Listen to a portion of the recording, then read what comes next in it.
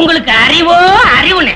அடே, எனக்கு இருக்கிற அறிவுக்கு இந்த ஆளினார் அழகுராஜா அமெரிக்காவில இருக்க வேண்டியவன்டா. ஏதோ என் கஷ்ட காலம் இந்த வரப்பட்டிக்காட்டுல வந்து பழனியப்பன் சைக்கிள் வீலுக்கு பெண்ட் எடுக்கிறேன். வீலா இது வில்லு மாதிரி இருக்கு. அண்ணே, நீங்க பெரிய ஆளுண்ணே. உனக்கு தெரியுது, நம்ம ஊர் ஜனங்களுக்கு தெரியலையே. இது எல்லாம் நீ போய் சொல்லணும்டா. ஆம்பளைங்கிட்ட சொல்லணுங்கிறது முக்கியம் இல்ல, நம்ம ஊர் பொம்பளைங்கிட்ட போய் சொல்லணும்.